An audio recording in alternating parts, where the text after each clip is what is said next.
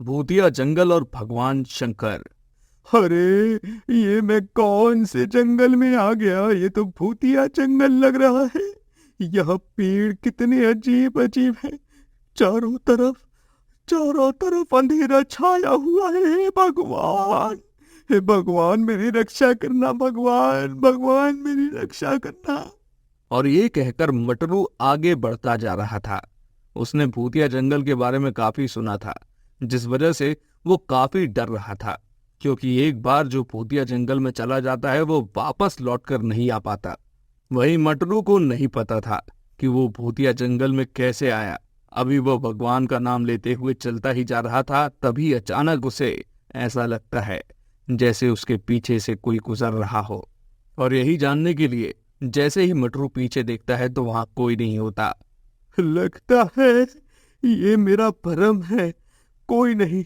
मुझे चलना चाहिए, मुझे आगे बढ़ना चाहिए।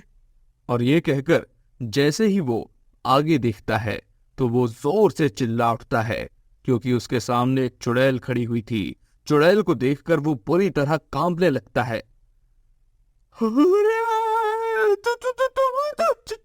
चुड़ैल, तुम तो चुड़ैल हो, मुझे छोड़ दो, मुझे जाने दो।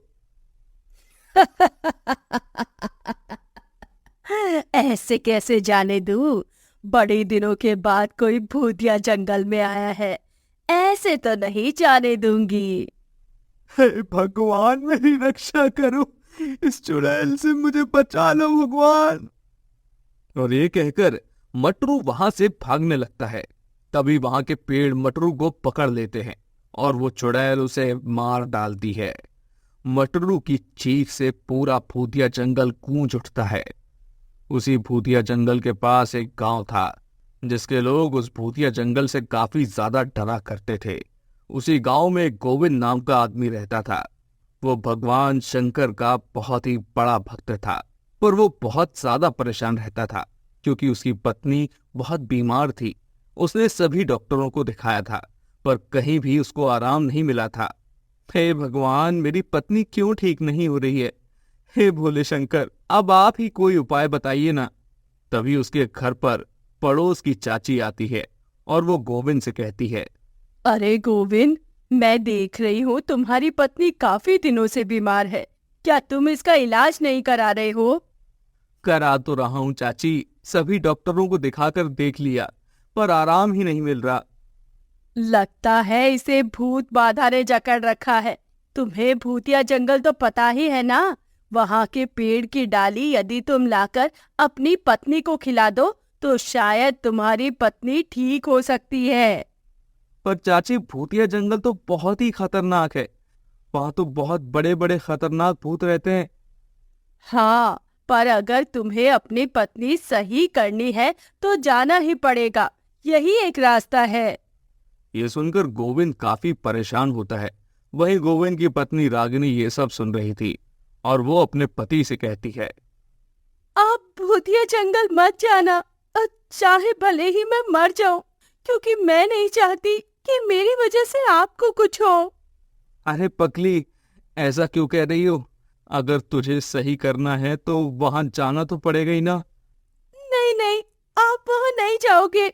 मैंने सुना है वो बहुत ही खतरनाक जंगल है। खतरनाक तो है, पर मुझे अपने भोलेनाथ पर पूरा विश्वास है, तू चिंता मत कर। और ये कहकर अगली सुबह वो उसी भूतिया जंगल के लिए निकल जाता है। उसे अंदर ही अंदर काफी घबराहट भी हो रही थी, क्योंकि वो मौत से मिलने जा रहा था।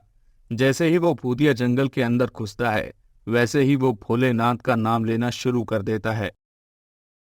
हे भोलेनाथ, मेरी रक्षा करना भोलेनाथ, मुझे कोई भूत प्रेत ना मिल जाए। जय भोलेनाथ, जय शिव शंकर, जय हो भोले।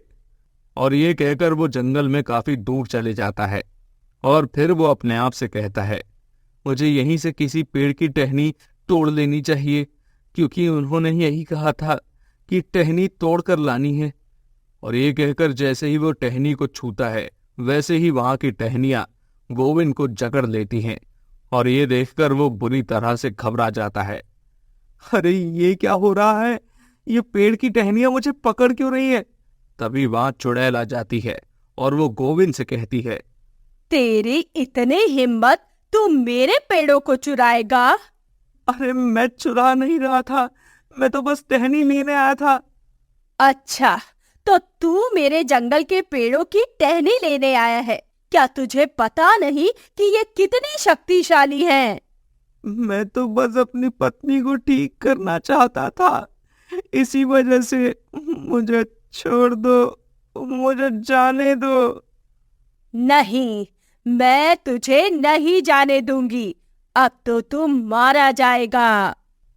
ये सुनकर गोविंद बुरी तरह घबरा जाता है, क्योंकि उसे पता नहीं था कि ऐसा कुछ हो जाएगा। वो भोलेनाथ को बुलाने लगता है, हे भोलेनाथ, हे शिव शंकर, मेरी मदद कीजिए, मेरी मदद कीजिए भगवान। हे शंकर भगवान, मेरी मदद कीजिए, वरना ये चुड़ैल मुझे मार डालेगी। ये देखकर चुड़ैल जोर जोर से हंसने लगती है और वो गोविंद से कहती है, यहाँ कोई नहीं आएगा तुझे बचाने। अब तो तू मारा जाएगा। नहीं, मुझे अपने शंकर पर पूरा विश्वास है, वो जरूर आएंगे। देखते हैं तेरे शंकर भगवान आते हैं या नहीं।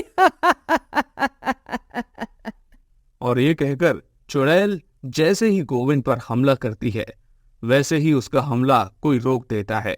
और जब चुड़ैल पीछे मुड़कर देखती है तो वहां शंकर भगवान होते हैं। ये देखकर गोविंद बहुत ही खुश हो जाता है, पर चुड़ैल गुस्से में आ जाती है और वो शंकर जी पर वार कर देती है, पर शंकर जी उस वार को रोक लेते हैं। ये देखकर चुड़ैल और गुस्से में आ जाती है और वो शंकर भगवान से बोलती है, आप हमारे बीच में आ रहे हैं। हमारी और आपकी कोई लड़ाई नहीं है। मुझे पता है, पर मेरे भक्त ने मुझे बुलाया है, तो मुझे बीच में आना ही पड़ेगा।